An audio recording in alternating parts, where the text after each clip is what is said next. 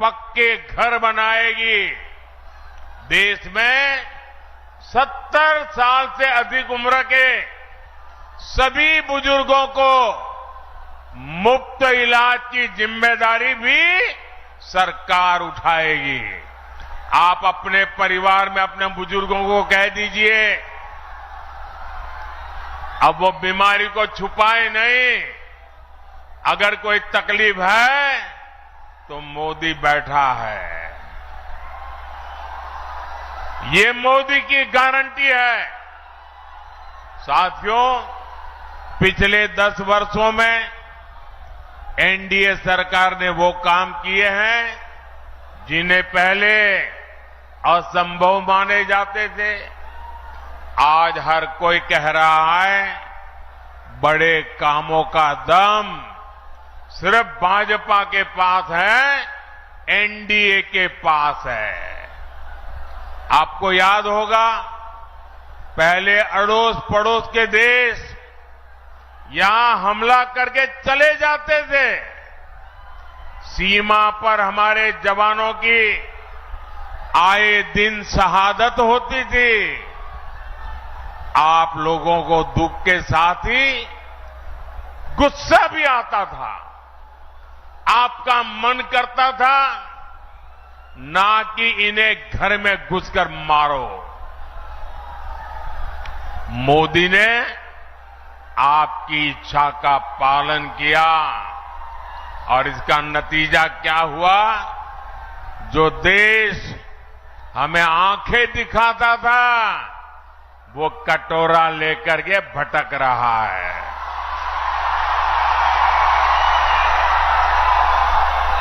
साथियों, दशकों से देश में लोग मांग कर रहे थे कि कश्मीर में अलग झंडा, अलग संविधान नहीं चलना चाहिए। जो लोग दिन रात संविधान के नाम पर हमको गालियां देते हैं ना, इतने दशकों तक उन्होंने राज किया। आजादी के बाद उनके हाथ में सत्ता आई, अब तक आई, लेकिन उनमें हिम्मत नहीं थी कि बाबा साहब आंबेडकर के संविधान को जम्मू कश्मीर में लागू कर पाए। बाबा साहब का संविधान वहां लागू नहीं होता था। ये मोदी है जो संविधान को समर्पित है, काना बनाकर यहां की सुरक्षा को दांव पर लगाया है। इसका शिकार हमारे दलित, वंचित, पिछड़े और गरीब को होने। देश की सुरक्षा से खिलवाड़ करने वाला हर तत्व सरकार की नजर में है। 4 जून का परिणाम इसी सीमांचल की सुरक्षा तय करेगा। और जो लोग राजनीतिक फायदे के लिए सीएए का विरोध कर रहे हैं, वो भी एक बात जरूर जान ले, ये मोदी है, ये न डरने वाला है और न ही झुकने वाला है। अब ये लोग 70 साल सत्तावर सरकार को एक परिवार की मुट्ठी में रखना चाहते हैं। संविधान उनकी आंखों में हमेशा खटकता है। इसलिए अब ये लोग संवैधानिक व्यवस्था से हुए चुनाव के नतीजों को अस्वीकार करने की धमकी देने लगे हैं। लेकिन इनके मंसूबे कामयाब न हो। संविधान दलित, पिछड़ा, आदिवासी की ताकत बना रहे, इसके लिए हमें एकजुट होकर साथ खड़े रहना है। साथियों, अगले 5 वर्षों के कामकाज के लिए बीजेपी ने अपना संकल्प पत्र जारी किया है। इस संकल्प पत्र में मोदी ने गारंटी दी है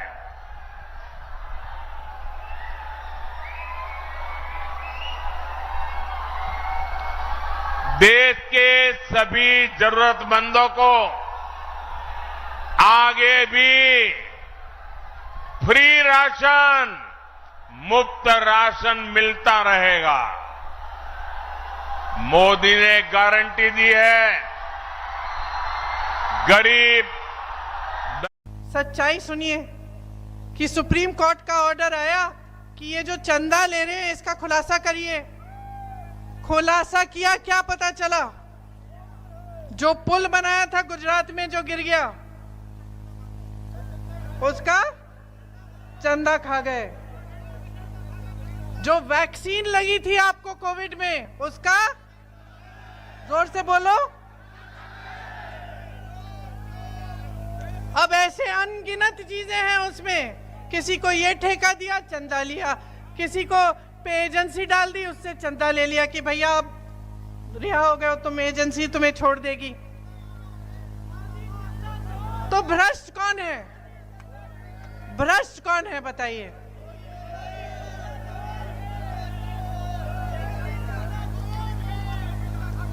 तो अब सब सारी सच्चाई मैंने आपके सामने रख दी है।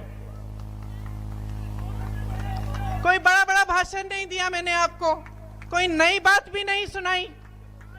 ये सारी सच्चाई आपके सामने है। आपका जो जीवन का अनुभव है ना, वही सच्चाई है भाई और बहनों, और कोई सच्चाई नहीं है। और हमारे हिंदू धर्म में भी यही कहते हैं कि सच्चाई वो है जिसका अनुभव आपको है। सच्चाई ये है कि 15 लाख बोला था, आपको मिले नहीं। सच्चाई ये है कि 2 करोड़ रोजगार बोला था, आपको मिले नहीं। सच्चाई ये है कि खुद को ईमानदार बोलकर पूरे भ्रष्ट साबित हुए। तो ये सच्चाई है। अब आपके सामने ये सच्चाई रख दी, आपकी जिम्मेदारी क्या बनती है बताओ? व्यस्त है कि आपके रोजगार के बारे में भूल गए हैं, कि महंगाई के बारे में भूल गए हैं, और फिर खर्च कहने का, एजेंसियां भेजने का ये काम करते जा रहे हैं दिन भर। बहुत व्यस्त हैं इस काम में, इतने व्यस्त हैं कि आपके रोजगार के बारे में भूल गए हैं, कि महंगाई के बारे में भूल गए हैं। और फिर सच्चाई सुनिए, सच्चाई सुनिए कि सुप्रीम कोर्ट का ऑर्डर आया कि ये जो चंदा ले रहे हैं इसका खुलासा करिए। खुलासा किया, क्या पता चला? जो पुल बनाया था गुजरात में जो गिर गया उसका चंदा खा गए। जो वैक्सीन लगी थी आपको कोविड में उसका, जोर से बोलो,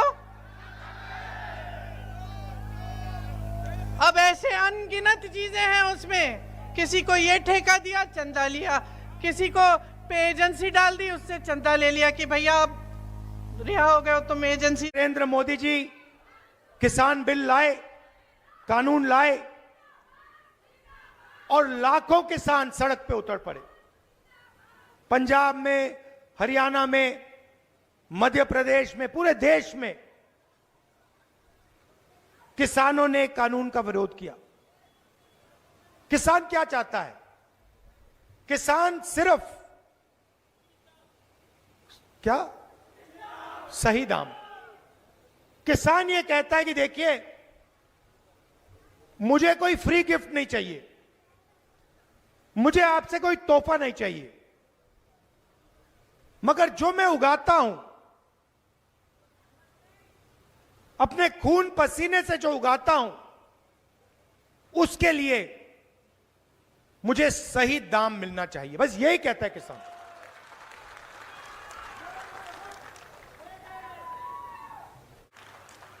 जब मैं यहां यात्रा में निकला, युवाओं की एक शिकायत थी। आते थे, रोते हुए कहते थे कि राहुल जी,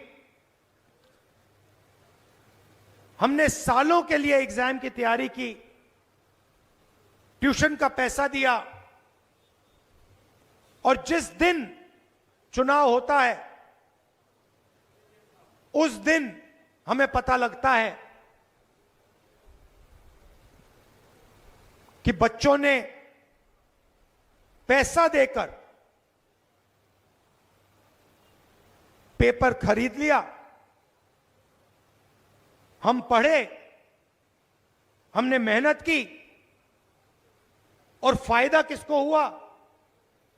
जो पढ़ा नहीं, जिसने पैसे देकर पेपर खरीदा। ये आपकी शिकायत थी। तो युवाओं के लिए तीसरा काम, पेपर लीक के खिलाफ एक कानून, सख्त से सख्त कार्रवाई। और ये जो प्राइवेट कंपनियों से पेपर करवाए जाते हैं, चेकिंग की जाती है, सरकार बनते ही हम ये सारा का सारा बंद करवा दें।